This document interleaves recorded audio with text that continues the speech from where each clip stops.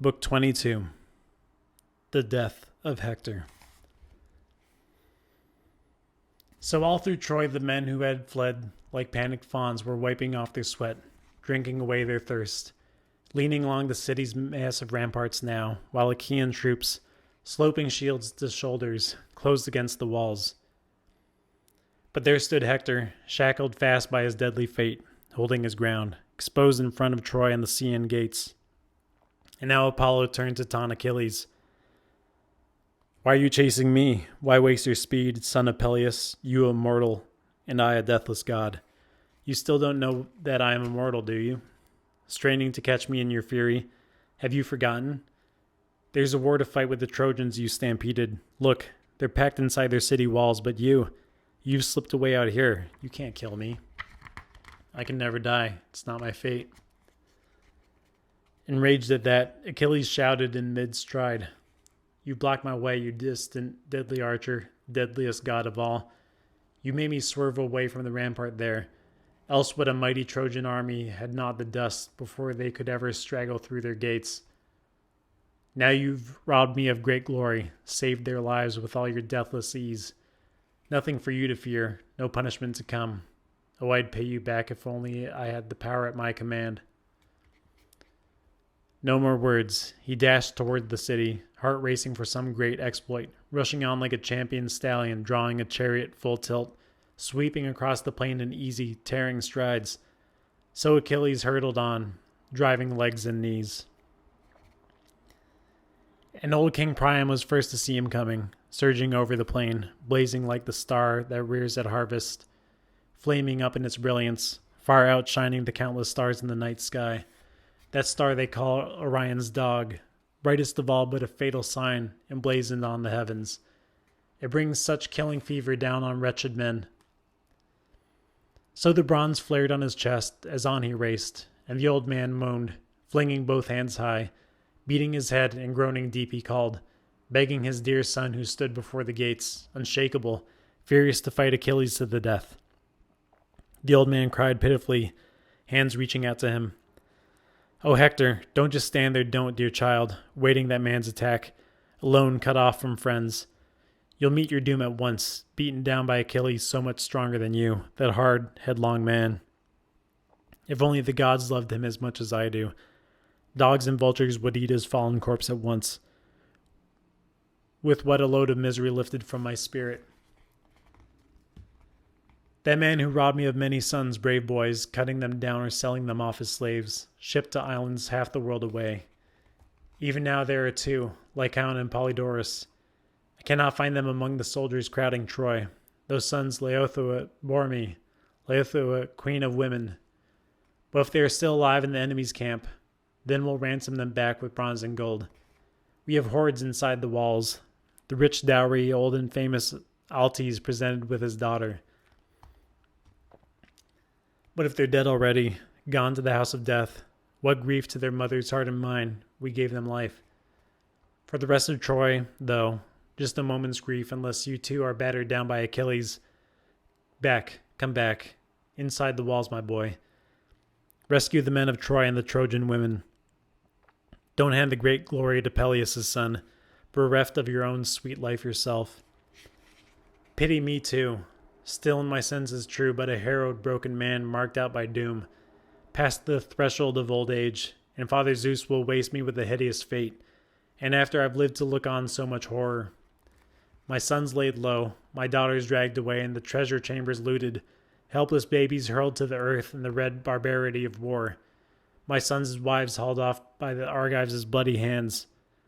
And I last of all, the dogs before my doors will eat me raw, once some enemy brings me down with his sharp bronze sword or spits me with a spear, wrenching the life out of my body. Yes, the very dogs I bred in my own halls to share my table, guard my gates, mad, rabid at heart, they'll lap their master's blood and loll before my doors. For a young man, all looks fine and noble if he goes down in war, hacked to pieces under a slashing bronze blade, he lies there dead. But whatever death lays bare, all wounds are marks of glory.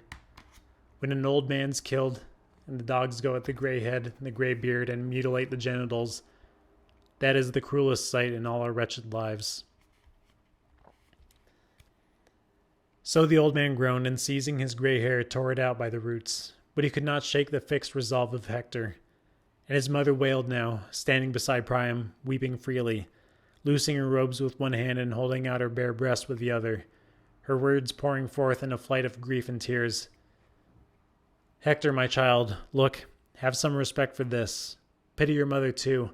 If I ever gave you the breast to soothe your troubles, remember it now, dear boy. Beat back that savage man from safe inside the walls. Don't go forth, a champion pitted against him, merciless, brutal man. If he kills you now, how can I ever mourn you on your deathbed? Dear branch in bloom, dear child I brought to birth. Neither I nor your wife, that warm, generous woman, now far beyond our reach, now by the Argive ships, the rushing dogs will tear you, bolt your flesh."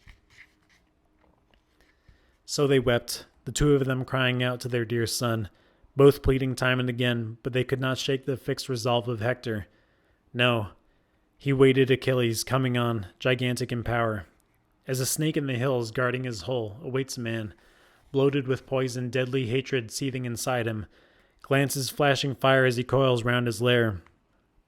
So Hector, nursing his quenchless fury, gave no ground, leaning his burnished shield against the jutting wall, but harried still. He probed his own brave heart. No way out. If I slip inside the gates and walls, Polydamas will be first to heap disgrace on me. He was the one who urged me to lead our Trojans back to Ilium just last night, the disastrous night Achilles rose in arms like a god. But did I give way? Not at all. And how much better it would have been. Now my army's ruined, thanks to my own reckless pride. I would die of shame to face the men of Troy, and the Trojan women trailing their long robes. Someone less of a man than I will say, our Hector, staking all in his own strength, he destroyed his army. So they will mutter. So now, better by far for me to stand up to Achilles, kill him, come home alive or die at his hands and glory out before the walls. But wait. What if I put down my studded shield and heavy helmet, prop my spear on the rampart, and go forth, just as I am, to meet Achilles, noble Prince Achilles? Why, I could promise to give back Helen, yes, and all her treasures with her, all those riches Paris once hauled home to Troy in the hollow ships, and they were the cause of all our endless fighting. Yes, return it all to the sons of Atreus now to haul away, and then, at the same time, divide the rest with all the Argives, all the city holds. Then I'd take an oath for the Trojan royal council that we will hide nothing.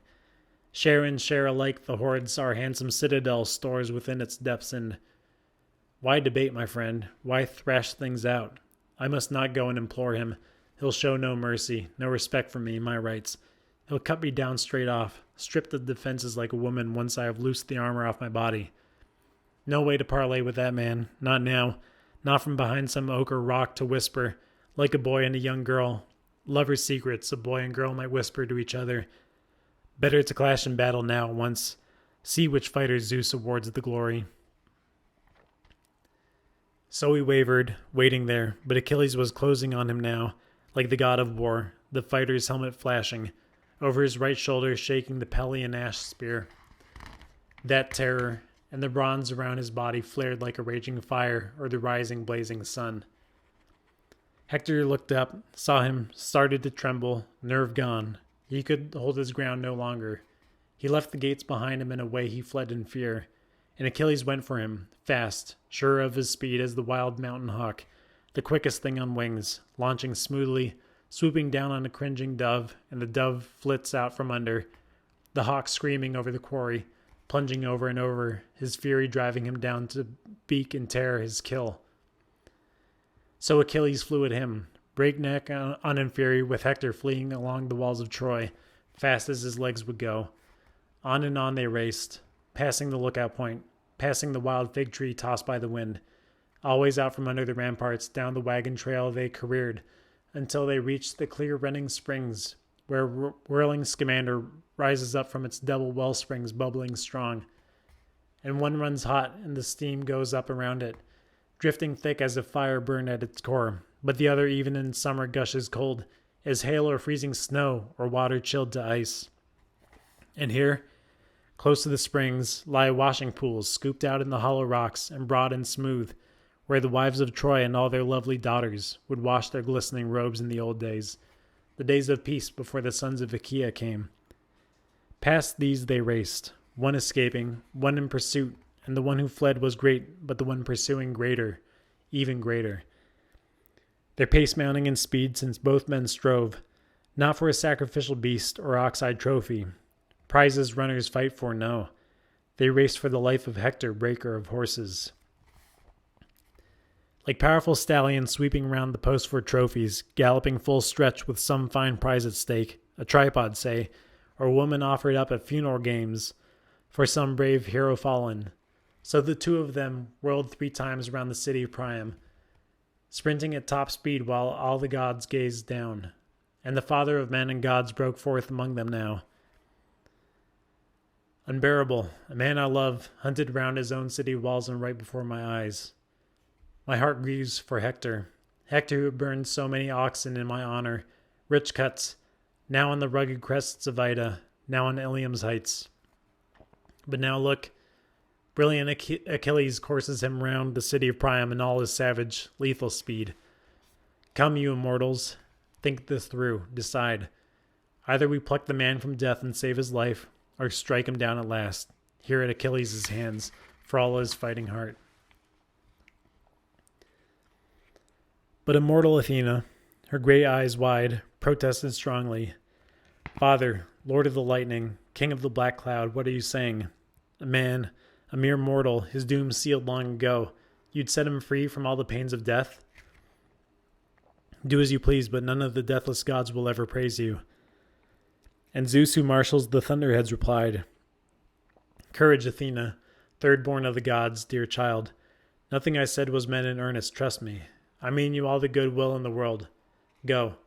Do as your own impulse bids you. Hold back no more. So he launched Athena, already poised for action. Down the goddess swept from Olympus's craggy peaks. And swift Achilles kept on coursing Hector, non-stop as a hound in the mountains starts a fawn from its lair, hunting him down the gorges, down the narrow glens, and the fawn goes to ground, hiding deep in brush, but the hound comes racing fast, nosing him out until he lands his kill. So Hector could never throw Achilles off his trail, the swift racer Achilles. Time and again he'd make a dash for the Dardan gates, trying to rush beneath the rock-built ramparts, hoping men on the heights might save him. Somehow, raining spears, but time and again Achilles would intercept him quickly, heading him off, forcing him out across the plain, and always sprinting along the city side himself, endless as in a dream. When a man can't catch another fleeing on ahead, and he can never escape, nor his rival overtake him, so the one could never run the other down in his speed, nor the other spring away. And how could Hector have fled the fates of death so long? How, unless one last time, one final time, Apollo had swept in close behind him, driving strength in his legs and knees to race the wind. And brilliant Achilles shook his head at the armies, never letting them hurl their sharp spears at Hector. Someone might snatch the glory. Achilles come in second. But once they reached the springs for the 4th time, then Father Zeus held out his sacred golden scales. In them he placed 2 fates of death that lays men low. One for Achilles, one for Hector, breaker of horses. And gripping the beam mid-haft, the father raised it high, and down went Hector's day of doom, dragging him down to the strong house of death. And God Apollo left him. Athena rushed to Achilles, her bright eyes gleaming, standing shoulder to shoulder, winging orders now. At last our hopes run high, my brilliant Achilles. Father Zeus must love you. We'll sweep great glory back to Achaea's fleet. We'll kill this Hector, mad as he is for battle. No way for him to escape us now, no longer. Not even if Phoebus, the distant deadly archer, goes through torments, pleading for Hector's life, groveling over and over before our storming father Zeus. But you hold your ground and catch your breath while I run Hector down and persuade the man to fight you face to face. So Athena commanded, and he obeyed, rejoicing at heart. Achilles stopped, leaning against his ashen spear shaft, barbed in bronze. And Athena left him there, caught up with Hector at once, and taking the build and vibrant voice of Deiphobus, stood shoulder to shoulder with him, winging orders. Dear brother, how brutally swift Achilles hunts you, coursing you round the city of Priam in all his lethal speed. Come, let us stand our ground together, beat him back. Deiphobus, Hector, his helmet flashing, called out to her, dearest of all my brothers, all these warring years, of all the sons that Priam and Hecuba produced, now I'm determined to praise you all the more, you who dared, seeing me in these straits, to venture out from the walls, all for my sake, while the others stay inside and cling to safety. The goddess answered quickly, her eyes blazing. True, dear brother, how your father and mother both implored me time and again, clutching my knees, and the comrades round me begging me to stay. Such was the fear that broke them, man for man, but the heart within me broke with grief for you. Now headlong and fight. No let up, no lance spared. So now we'll see if Achilles kills us both and hauls our bloody armor back to the beaked ships, or he goes down in pain beneath your spear. Athena luring him on with all her mortal cunning, and now, at last, as the two came closing for the kill, it was tall Hector, helmet flashing, who led off. No more running from you in fear, Achilles, not as before. 3 times I fled around the great city of Priam. I lacked courage then to stand your onslaught. Now my spirit stirs me to meet you face to face. Now kill or be killed. Come, we'll swear to the gods, the highest witnesses. The gods will oversee our binding pacts. I swear I will never mutilate you, merciless as you are, if Zeus allows me to last it out and tear your life away. But once I've stripped your glorious armor, Achilles, I will give your body back to your loyal comrades. Swear you'll do the same. A swift, dark glance in the headstrong runner answered, Hector, stop. You unforgivable you. Don't talk to me of pacts. There are no binding oaths between men and lions. Wolves and lambs can enjoy no meeting of the minds. They are all bent on hating each other to the death. So with you and me, no love between us, no truce till one or the other falls and gluts with blood, Ares who hacks at men behind his rawhide shield. Come, call up whatever courage you can muster, life or death. Now prove yourself a spearman, a daring man of war. No more escape for you. Athena will kill you with my spear in just a moment. Now you'll pay it a stroke for all my comrades' grief, all you killed in the fury of your spear. With that, shaft poised, he hurled and his spear's long shadow flew, but seeing it coming, glorious Hector ducked away, crouching down, watching the bronze tip fly past and stab the earth. But Athena snatched it up and passed it back to Achilles, and Hector, the gallant captain, never saw her. He sounded out a challenge to Peleus' princely son. You missed, look, the great godlike Achilles. So you knew nothing at all from Zeus about my death, and yet how sure you were. All bluff, cunning with words, that's all you are, trying to make me fear you, lose my nerve, forget my fighting strength. Well, you'll never plant your lance in my back as I flee you in fear, plunge it through my chest as I come charging in if a god gives you the chance. But now it's for you to dodge my brazen spear. I wish you bury it in your body to the hilt. How much lighter the war would be for Trojans then if you, their greatest scourge, were dead and gone. Shaft poised, he hurled and his spear's long shadow flew and it struck Achilles' shield, a dead center hit. But off and away a glance and Hector seethed, his hurtling spear, the whole arm's power poured in a wasted shot. He stood there, cast down. He had no spear in reserve. So Hector shouted out to Deiphobus bearing his white shield. With a ringing shout he called for a heavy lance. But the man was nowhere near him, vanished. Yes, and Hector knew the truth in his heart, and the fighter cried aloud, My time has come. At last the gods have called me down to death. I thought he was at my side, the hero Deiphobus. He's safe inside the walls. Athena's tricked me blind. And now death, grim death, is looming up beside me, no longer far away. No way to escape it now. This was their pleasure after all, sealed long ago. Zeus and the son of Zeus, the distant deadly archer, though often before now they rushed to my defense, so now I meet my doom. Well, let me die. But not without struggle, not without glory, no. in some great clash of arms that even men to come will hear of down the years. And on that resolve, he drew the whetted sword that hung at his side, tempered, massive, and gathering all his force, he swooped like a soaring eagle, launching down from the dark clouds to earth to snatch some helpless lamb or trembling hare. So Hector swooped now, swinging his whetted sword, and Achilles charged too, bursting with rage, barbaric, guarding his chest with the well-wrought blazoned shield, head tossing his gleaming helmet, 4 horns strong, and the golden plumes shook that the god of fire drove in bristling thick along its ridge. Bright as that star amid the stars in the night sky, star of the evening, brightest star that rides the heavens, so fire flared from the sharp point of the spear Achilles brandished high in his right hand, bent on Hector's death, scanning his splendid body, where to pierce it best. The rest of his flesh seemed all encased in armor, burnished, brazen, Achilles' armor that Hector stripped from strong Patroclus when he killed him. True, but one spot lay exposed, where collarbones lift the neck bone off the shoulders, the open throat, where the end of life comes quickest.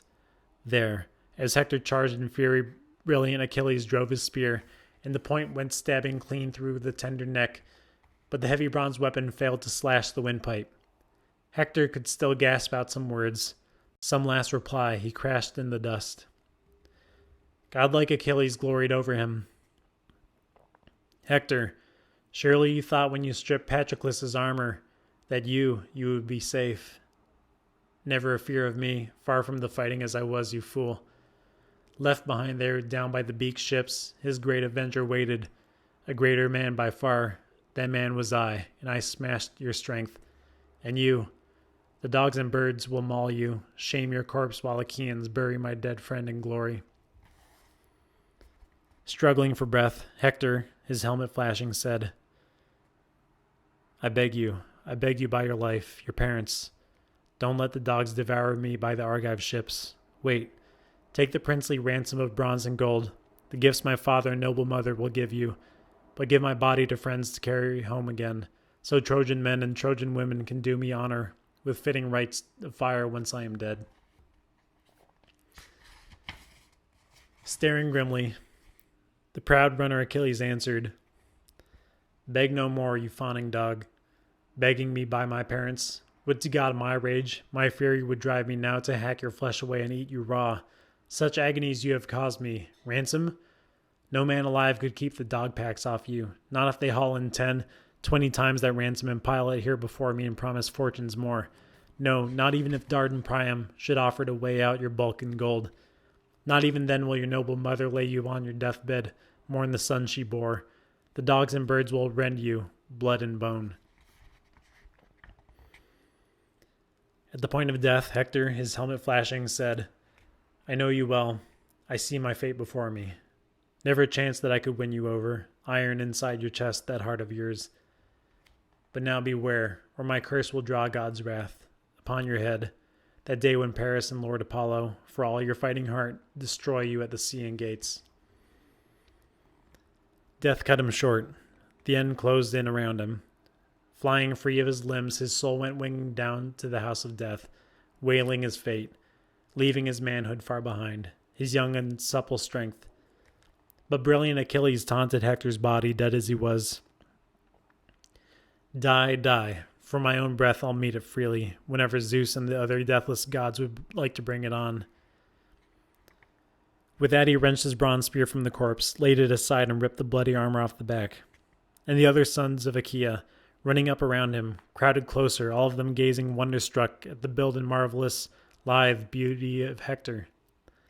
And not a man came forward who did not stab his body, glancing toward a comrade, laughing. Oh, look here, how much softer he is to handle now, this Hector, than when he gutted our ship with roaring fire. Standing over him, so they glowed and stabbed his body. But once he had stripped the corpse, the proud runner Achilles took his stand in the midst of all the Argive troops and urged them on with a flight of winging orders. Friends, lords of the Argives, O my captains, now that the gods have let me kill this man who caused us agonies, loss on crushing loss, more than the rest of all their men combined, come, let us ring their walls in armor, test them, see what recourse the Trojans still may have in mind. Will they abandon the city heights with his man fallen, or brace for a last dying stand, though Hector's gone? But wait, what am I saying? Why this deep debate? Down by the ships a body lies unwept, unburied. Patroclus. I will never forget him, not as long as I'm still among the living. My springing knees will lift and drive me on. Though the dead forget their dead in the house of death, I will remember, even here, my dear companion. Now, come, you sons of Achaea, raise a strong triumph. Down to the ships we march and bear this corpse on high. We have won ourselves great glory. We have brought magnificent Hector down. That man the Trojans glorified in their city like a god. So he triumphed, and now he was bent on outrage, on shaming noble Hector. Piercing the tendons, ankle to heel behind both feet, he knotted straps of rawhide through them both, lashed them to his chariot, left the head to drag, and mounting the car, hoisting the famous arms aboard, he whipped his team to a run, and breakneck on they flew, holding nothing back. And a thick cloud of dust rose up from the man they dragged, his dark hair swirling round that head so handsome once, all tumbled low in the dust, since Zeus had given him over to his enemies now, to be defiled in the land of his own fathers.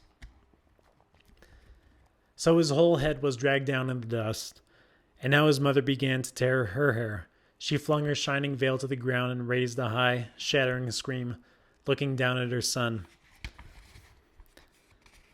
Pitifully his loving father groaned, and round the king his people cried with grief, and wailing seized the city. For all the world as if all Troy were torched and smoldering, down from the looming brows of the citadel to her roots. Priam's people could hardly hold the old man back, frantic, mad to go rushing out the Dardan gates. He begged them all, groveling in the filth, crying out to them, calling each man by name. Let go, my friends. Much as you care for me, let me hurry out of the city, make my way, all on my own to Achaea's waiting ships. I must implore that terrible, violent man. Perhaps, who knows, he may respect my age, may pity an old man. He has a father too, as old as I am. Peleus sired him once. Peleus reared him to be the scourge of Troy, but most of all to me. He made my life a hell. So many sons he slaughtered, just coming into bloom, but grieving for all the rest. One breaks my heart the most, and stabbing grief for him will take me down to death. My Hector. Would to God he had perished in my arms. Then his mother who bore him, oh so doomed, she and I could glut ourselves with grief. So the voice of the king rang out in tears. The citizens wailed in answer, and noble Hecuba led the wives of Troy in a throbbing chant of sorrow. O my child, my desolation, how can I go on living? What agonies must I suffer now you are dead and gone? You were my pride throughout the city night and day, a blessing to us all, the men and women of Troy. Throughout the city they saluted you like a god. You were the greatest glory while you lived. Now death and fate have seized you, dragged you down. Her voice rang out in tears, but the wife of Hector had not heard a thing. No messenger brought the truth of how her husband made his stand outside the gates. She was weaving at her loom, deep in the high halls, working flowered braiding into a dark red folding robe. And she called her well-kempt women through the house to set a large three-legged cauldron over the fire so Hector could have his steaming hot bath when he came home from battle. Poor woman, she never dreamed how far he was from bathing, struck down at Achilles' hands by blazing-eyed Athena. But she heard the groans and wails of grief from the rampart now, and her body shook. Her shuttle dropped to the ground. She called out to her lovely waiting women. Quickly, 2 of you follow me. I must see what's happened. That cry, that was Hector's honored mother, I heard. My heart's pounding, leaping up in my throat, the knees beneath me paralyzed. Oh, I know it, something terrible's coming down on Priam's children. Pray God the news will never reach my ears. Yes, but I dread it so. What if great Achilles has cut my Hector off from the city, daring Hector, and driven him out across the plain and all alone? He may have put an end to that fatal headstrong pride that always seized my Hector, never hanging back with the main force of men, always charging ahead, giving ground to no man in his fury. So she cried, dashing out of the royal halls like a mad woman, her heart racing hard, her women close behind her.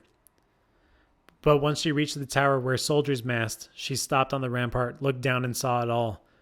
Saw him dragged before the city, stallions galloping, dragging Hector back to Achaea's beaked warships. Ruthless work. The world went black as night before her eyes. She fainted, falling backward, gasping away her life breath. She flung to the winds her glittering headdress, the cap and the coronet, braided band and veil, all the regalia golden Aphrodite gave her once, the day that Hector, helmet aflash in sunlight, led her home to Troy from her father's house, with countless wedding gifts to win her heart. But crowding round her now, her husband's sisters and brothers' wives supported her in their midst, and she, terrified, stunned to the point of death, struggling for breath now and coming back to life, burst out in grief among the Trojan women. "O Hector, I'm destroyed, both born to the same fate after all. You at Troy in the halls of King Priam, I at Thebes, under the timberline of Placos, Edion's house. He raised me as a child, that man of doom, his daughter just as doomed. Would to God he'd never fathered me. Now you go down to the house of death, the dark depths of the earth, and leave me here to waste away in grief, a widow lost in the royal halls, and the boy only a baby, the son we bore together, you and I so doomed. Hector, what help are you to him now you are dead? What help is he to you? Think, even if he escapes the wrenching horrors of war against the Argives, pain and labor will plague him all his days to come. Strangers will mark his lands off, stealing his estates, the day that orphans a youngster cuts him off from friends, and he hangs his head low, humiliated in every way, his cheeks stained with tears. And pressed by hunger, the boy goes up to his father's old companions, tugging at one man's cloak, another's tunic. And some will pity him true, and one will give him a little cup to drink, enough to wet his lips, not quench his thirst. But then some bully with both his parents living beats him from the banquet, fists and abuses flying. You get out, you've got no father feasting with us here. And the boy, sobbing, trails home to his widowed mother, Astyanax. And years ago, propped on his father's knee, he would only eat the marrow, the richest cuts of lamb, and when sleep came on him and he had quit his play, cradled warm in his nurse's arms, he'd drowse off, snug in a soft bed, his heart brimmed with joy. Now what suffering, now he's lost his father. Astyanax. Lord of the city, so the Trojans called him, because it was you, Hector, you and you alone who shielded the gates and the long walls of Troy. But now by the beaked ships, far from your parents, glistening worms will wriggle through your flesh, once the dogs have had their fill of your naked corpse.